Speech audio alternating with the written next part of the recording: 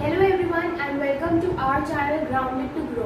तो कल हमने क्लास 12 बिजनेस स्टडीज़ का चैप्टर 3 कंप्लीट किया था और आज हम स्टार्ट करने वाले हैं chapter 4 planning.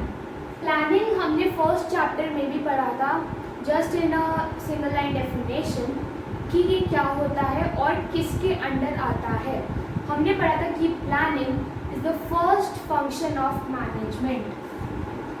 Functions of management में हमने पढ़े थे 5 फंक्शंस POSDC, और वहाँ पे मैंने बताया था कि ये पाँचों हम डिटेल में पढ़ेंगे क्योंकि हर एक पे हमारे पास एक चैप्टर है।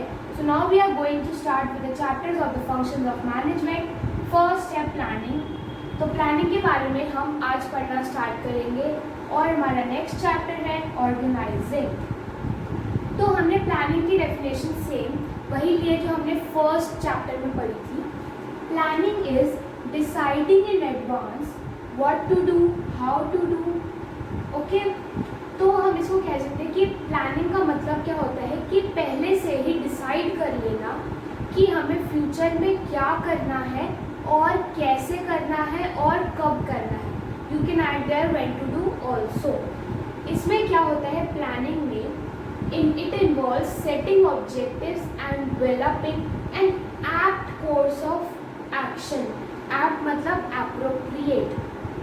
प्लानिंग का मतलब क्या होता है कि it involves, प्लानिंग में क्या आता है, सेटिंग ऑब्जेक्टिव मतलब अपने गोल को सेट करना कि हमें फ्यूचर में क्या करना है और उसके हिसाब से एक एप्रोप्रिएट प्लान बनाना वहाँ तक पहुँचने के लिए। It involve setting objectives and developing N appropriate course of action, मतलब वो कोर्स ऑफ एक्शन या हमें ढूंढना कि जो बेस्ट या एप्रोप्रिएट रहेगा उस ऑब्जेक्टिव, उस गोल को अचीव करने के लिए। तो अब हम पढ़ेंगे प्लानिंग के क्या क्या फीचर्स होते हैं और इसकी इम्पोर्टेंस क्या क्या है।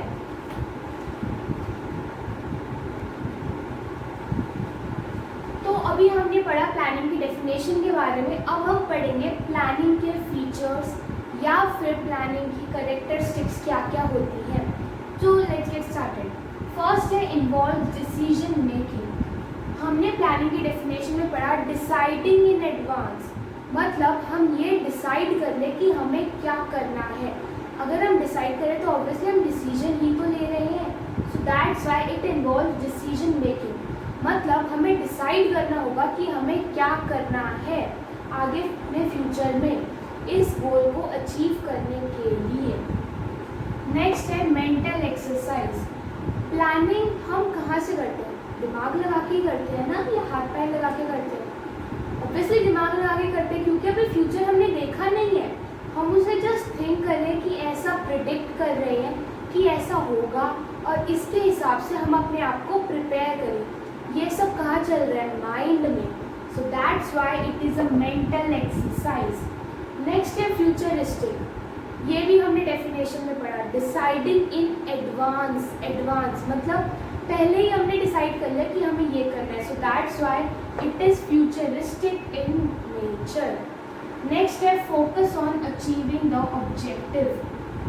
हम प्लान कर रहे हैं तो ऐसा तो नहीं है ना कि बस बैठे बैठे चलो मन किया यार कुछ भी प्लान कर लेते हैं, ऐसा तो नहीं होता है। ऑब्वियसली हमें कुछ अचीव करना है अपने फ्यूचर में, कुछ करना है, इसीलिए हम अभी से अपना दिमाग लगा के कुछ प्लान कर रहे हैं।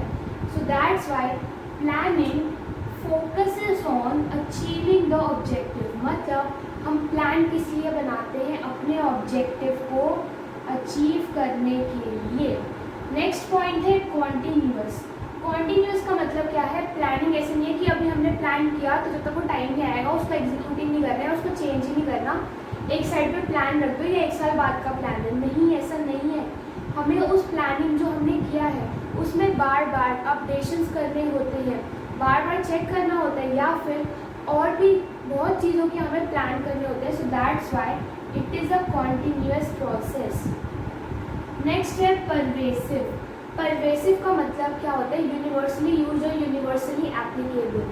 क्या आपने कभी सुना है कि किसी कंट्री के ऐसे बंदे वो कभी प्लान ही नहीं करते, नहीं होता ना ऐसा। Obviously each and every person on this world does a planning. अब ये बात की बात है कि वो कितनी एग्जीक्यूट करते हैं, लेकिन हर कोई ये तो सोचते हैं ना कि यार मैं इस काम को ऐसे करूँगा तो अच्छा होगा, मैं इसे ऐसे करूँगा, मैं इसे ऐसे करूँगा।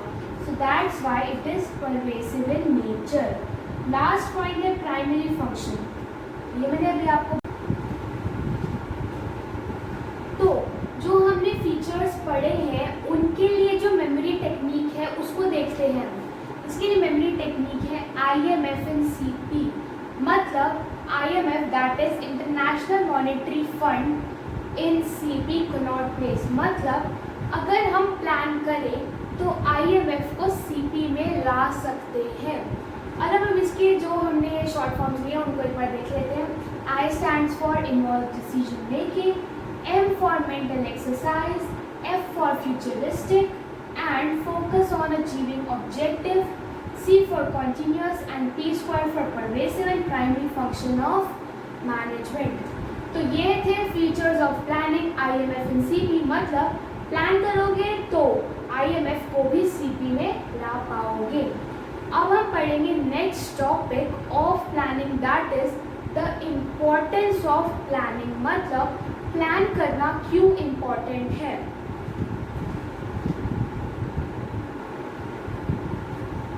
तो अब अभी हमने पढ़े फीचर्स ऑफ प्लानिंग। अब हम नेक्स्ट टॉपिक पढ़ेंगे इम्पोर्टेंस ऑफ प्लानिंग। मतलब प्लानिंग क्यों इम्पोर्टेंट है। फर्स्ट पॉइंट है प्रोवाइड्स डायरेक्शन। प्रोवाइड, अब प्लान अगर हम करेंगे तो हमें डायरेक्शन कैसे मिलेगी यार। सपोज हमने प्लान कर लिया कि हमें, जैसे कि हमने प्लान किया कि हमें 47 डेज में पूरी बिजनेस स्टडीज़ कंप्लीट करनी है। तो अब हमें एक डायरेक्शन मिल गई कि यार हमारे पास सिर्फ 47 डेज है और हमें पूरी BST उनमें कंप्लीट करनी ही है।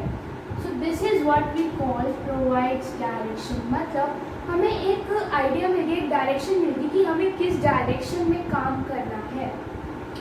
नेक्स्ट है रिड्यूसेस रिस्क। अब सपोज हमने अगर कोर्स स्टार्ट नहीं किया होता तो बच्चे तो लाइक जो नॉर्मली क्या होता है स्टूडेंट सोचते हैं कि यार अभी तो बहुत टाइम है, 9 तारीख को पेपर है, हम ऐसा करेंगे कि 10 दिन पहले बुक उठा लेंगे, आराम से अपना काम हो जाएगा। लेकिन सपोज ऐसा हो कि यार जब लास्ट के 10-15 दिन बचे हैं कुछ हो जाए, या तुम ढंग से पढ़ना पाओ, तुम्हारी हेल्थ ख़राब हो जाए, कुछ भी हो सकता है ना।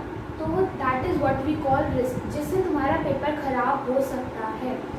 तो अगर हमने लाइक सपोज पहले से ही प्लानिंग करनी शुरू कर दी, पहले से ही पढ़ना शुरू कर दिया, लाइक जैसे रिजल्ट आया, जैसे ही डेट शीट आई तो हमने सोचा कि यार इतने दिन है, ऐसा करते हैं एक बार पढ़ लेते हैं, हफ्ते में फिर से एक बार पढ़ लेंगे।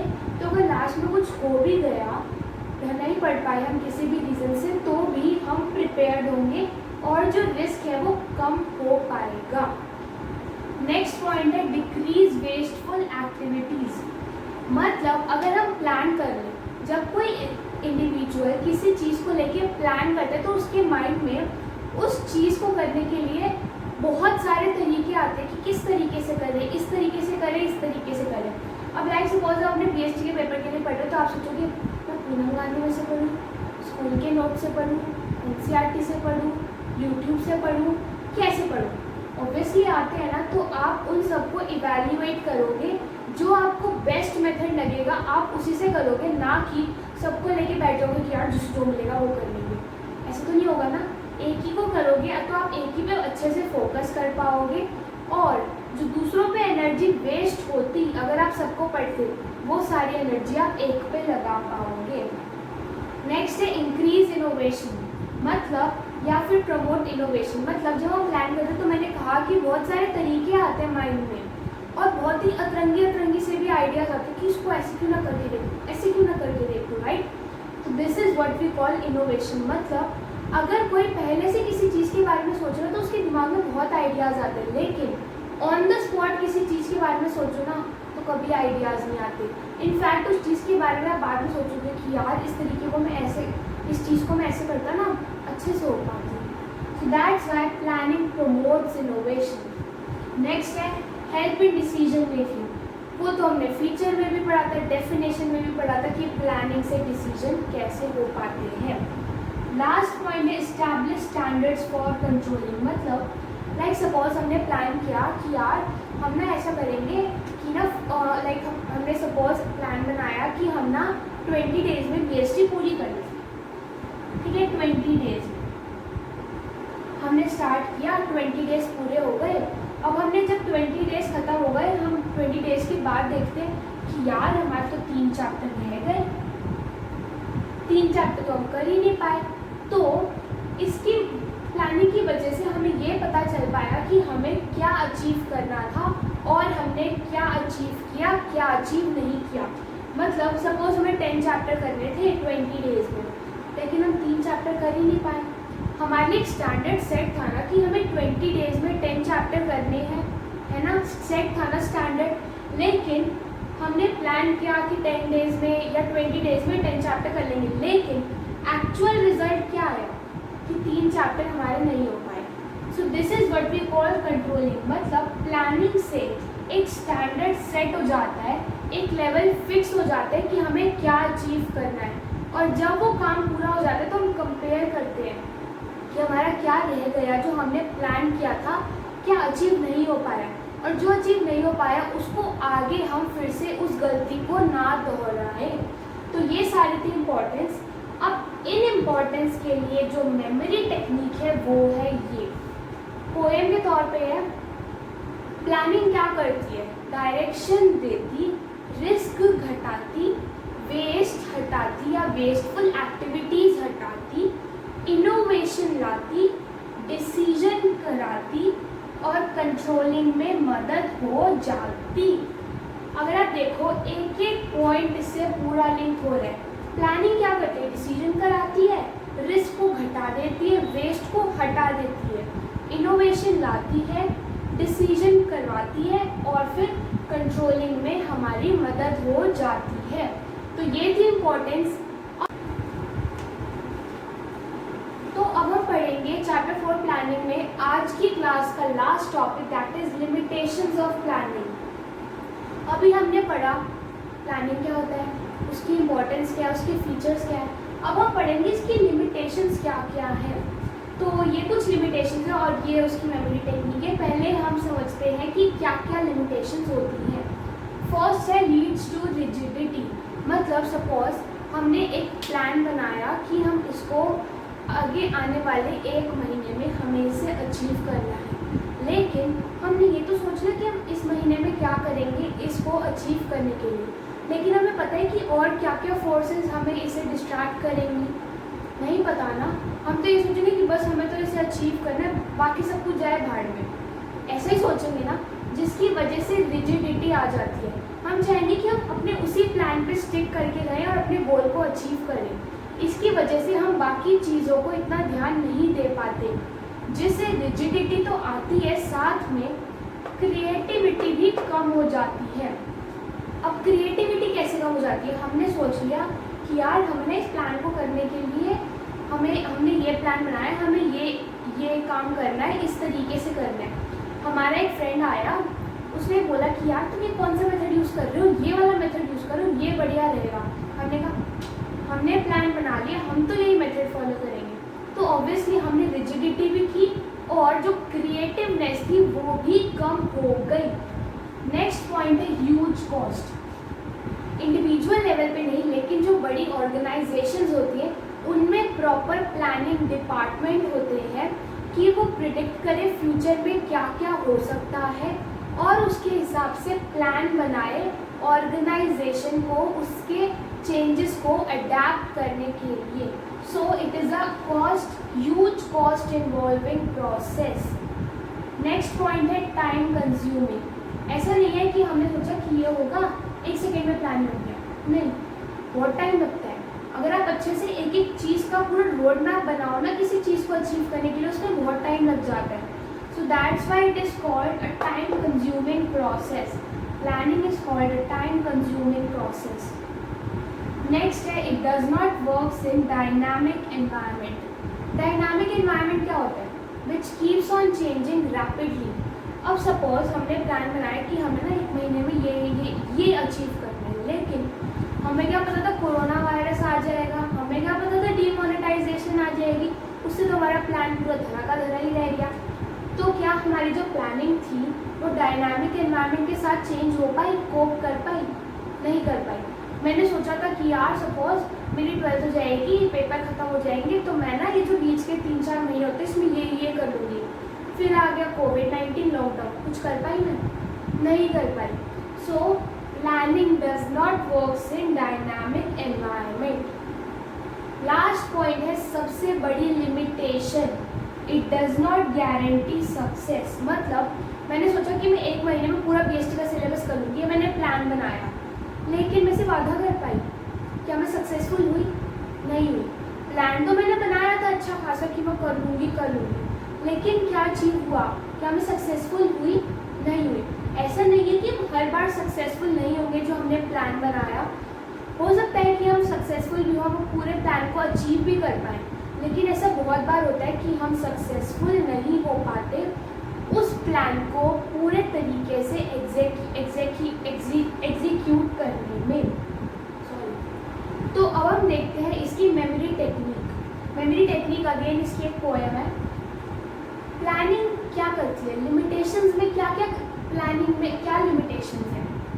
रिजिड बना देती है, क्रिएटिविटी घटा देती है, कॉस्ट लगवा देती है और टाइम भी खा जाती है, और फिर भी डायनामिक एनवायरनमेंट में नहीं चलती और ना ही सक्सेस की गारंटी होती।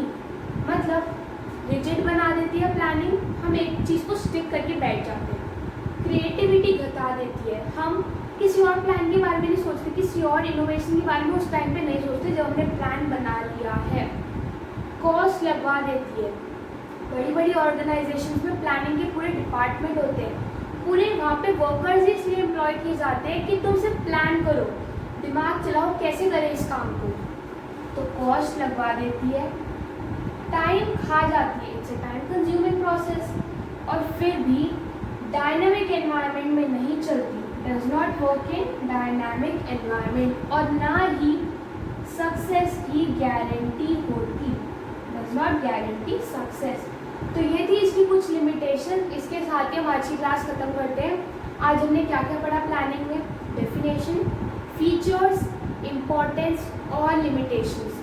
अब कल हम पढ़ेंगे प्लानिंग प्रोसेस, मतलब प्लानिंग में भी एक प्रोसेस होता है, वो क्या होता है और कितने तरीके के प्लान्स होते हैं। तो आज की क्लास हम यही एंड करते हैं। Thank you.